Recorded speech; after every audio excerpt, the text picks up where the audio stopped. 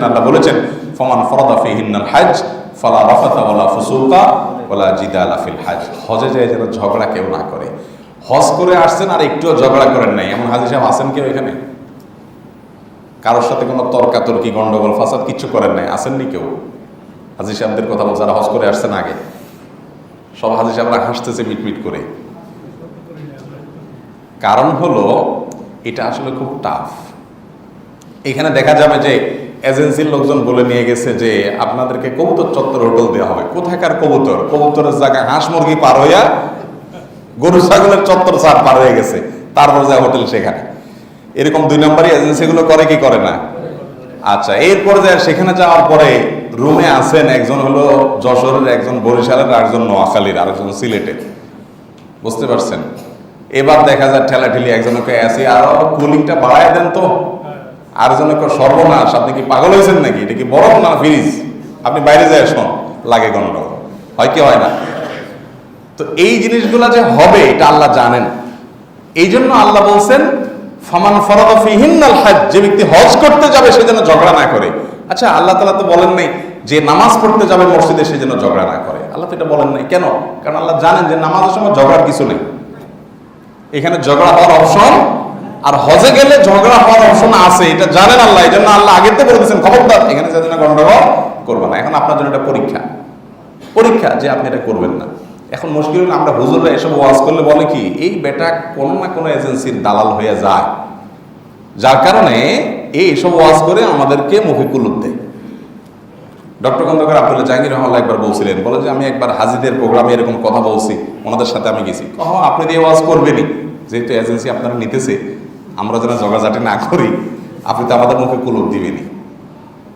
আসলে ব্যাপারটা তা না। ব্যাপারটা হলো সেখানে ঝগড়া করলে আমার হজ নষ্ট হবে। বলে তাহলে কি আমি অত্যাচার সহ্য করবো? না, অত্যাচার সহ্য করার দরকার নাই। এজেন্সি আপনার সাথে বিট্রে করেছে, বেইমানি করেছে, প্রতারণা করেছে, আপনি হজ মিশনে রিপোর্ট করেন, সেখানকার যেখানে যেখানে নোটিশ করা যায় সেখানে সেখানে নোটিশ করেন, খবর হয়ে যাবে ওর 14 গোষ্ঠী। আমরা এই যে গত আমরা সফরে গেছি, আমাদের সৌদি যে এজেন্ট ছিল সেই এজেন্ট আমাদের বাস দিছে অনেক দেরিতে। তো ওখানে অভিযোগ করার জন্য লোকগুলো, অভিযোগ নেওয়ার জন্য লোকগুলো ঘুরে। আমাদের দেশে হাজী সাহেব তো আরবি তো জানে না, আর ওরা আবার ইংরেজি জানে না। তো আমি যেহেতু আরবি জানার সুবিধা আছে, আমি ওর কাছে সব ডিটেল বলে দিলাম সুন্দর করে। পরে শুনছি ওই কোম্পানিকে 50,000 রিয়াল জরিমানা করা হয়েছে। তো সৌদি আরব তো সিস্টেমের দেশ, আপনি শুধু নালিশটা করতে পারলে জায়গা মতো ওর গোষ্ঠী উদ্ধার হয়ে যাবে। ঝগড়া করে নিজের আখলাক নষ্ট করার দরকার নাই, আপনার রাইট আপনি আদায় করে নেন, কিন্তু ঝগড়া করবেন না। আল্লাহ তাআলা আমাদেরকে এরকম হজ করার তৌফিক দান করুন। হজে যারা যান, একটা বড় জটিল বিষয় হলো যারা আগে যান, হজ শেষ হয়ে গেছে বা পরে যান যারা, এরপর আরো 20-30 দিন আছে, সময় কাটে না, কি করবে? হোটেলে বসে বসে দেশে কোথায় গন্ডগোল হলো, কোথায় ফাসাদ হইলো, কোথায় নির্বাচন হয়েছে, নির্বাচনে কি হয়েছে, কে জিতছে, কে হারছে, এটা নিয়ে আবার সেখানে বিএনপি আওয়ামী লীগ মারামারিও হয়। রুমে রুমে হাজীদের একদল বিএনপি একবার আওয়ামী লীগ। তো কাজ টাজ তো আর নাই, দেশে অনেক ব্যস্ত এরা, কিন্তু ওখানে বসে বসে ওই হোটেলে যায় ফাও খাও আর মসজিদে 4-5 ওয়াক্ত নামাজ পড়া, আর কাজ নাই। তো ও বসে বসে এবার গন্ডগোল করতে করতে হাতাহাতি পর্যন্ত হয়।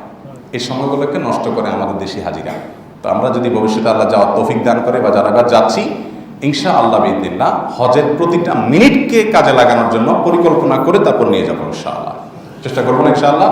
আল্লাহ তাআলা আমাকে আপনাকে আমাদের সবাইকে হজ্জে মাবরুর, ভালো হজ, যে হজের বিনিময় জান্নাত ছাড়া আর কিছু না। নবীজি বলেছেন আল হজ্জুল মাবরুর লাইসা লাহুল জাযাউ ইল্লাল জান্নাহ, ভালো হজের বিনিময় জান্নাত ছাড়া আর কিচ্ছু নাই। আল্লাহ সেরকম হজ করার তৌফিক দান করুন। সবাই নিয়ত করেছেন তো ইনশাআল্লাহ? মনে মনে আল্লাহর কাছে দোয়া করবেন, একটু চোখের পানি ফেলবেন এবং চেষ্টা শুরু করবেন। আমার বিশ্বাস আল্লাহ আপনাকে হজের তৌফিক দিবেন ইনশাআল্লাহ। জাযাকুমুল্লাহু খাইরা ওয়া আখিরু দাওয়ানা আলহামদুলিল্লাহি রাব্বিল আলামিন।